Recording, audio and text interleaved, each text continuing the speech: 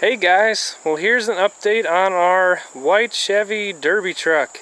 This thing has been sitting ever since the Derby last year at Williams County, and it's time that we finally get to pull this thing out and we're going to get to work on it. Get this thing fixed up again for at least one more hurrah. As you can see, we've got it kind of been tucked away here for most of the summer. Just had a nice tarp over it, covered up, tied down for the weather and whatnot. And we're going to go ahead here in a little bit and get this thing uncovered.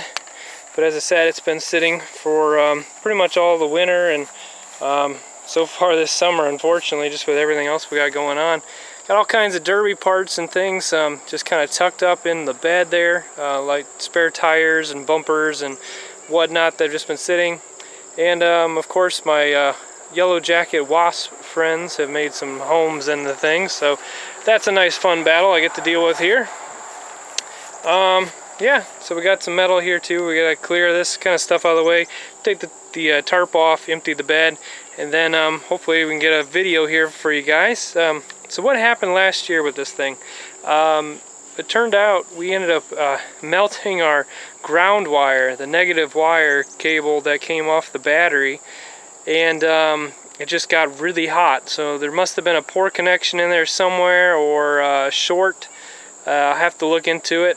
I'm fearful that it may have been a short in the starter. Not a big deal, I suppose, other than the fact that it's a pretty new starter. It could have also just been some dirty connections. I'm not entirely sure. We'll dig into that and figure that out. Also, it broke steering, and I've already gone ahead and actually replaced that component. I did that at the end of the year just to make sure that it would be good to go. The coupler that was in there, you kind of see the new piece up in there.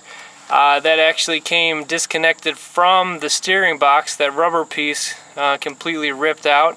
So we got a new one in there, and that mainly came from hits in the front end, just causing it to bend and extend. So we're going to actually try to elongate the steering column a little bit, and maybe even put a little sliding mechanism in it so that way it can extend while this truck continues to bend in the front, because it's just going to keep happening.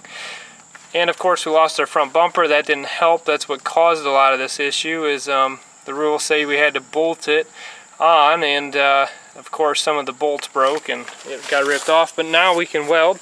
We're going to weld the one side brackets on and then bolt the other side. So let's go ahead and get this thing uncovered. Enough of my talking, and let's see what we have to work with. So we got the Chevy Derby truck out here in our Toledo location, and going to be doing some major body work with the skid loader and trying to make this thing look like a truck again. I know I kind of showed some of this in our aftermath video. At this point we really haven't done much to it since that. We've changed out a negative cable and cleaned up some of the wiring issues that we had, so now it runs and moves, but we still have the steering issue. We're going to resolve that hopefully today, and get the frame rails pulled out, re-straight, and get a front bumper on there. Obviously the core support is really mangled right now, but we're going to see what we can do about just trying to pry it back and make it look like a truck. All the area around the engine still seems okay. The engine's running, as I said. I may swap out the carburetor on that just because I was having a few issues at the end of it last year. And then on the back end we've cut the tailgate out, as you guys can see. And so what we're going to do is hopefully clean up the frame here, straighten out these rails, and then we're going to drop the tailgate down a little bit. Unfortunately we can't weld it. With this set of rules, you can only wire, and it can only be in 4 locations total, basically 2 per side, sheet metal to sheet metal only. It's considered like a trunk, and then, as I said, it's pretty stock rules, but we're going to still try to be creative and figure out what we can do to make that all work. We got the bumpers here in the back just kind of sitting. There's the old rear one, and of course our aluminum front that you guys have seen in a lot of our vehicles. So we're going to get that welded on and make this all look like a truck again. So time to get the equipment fired up and get to work.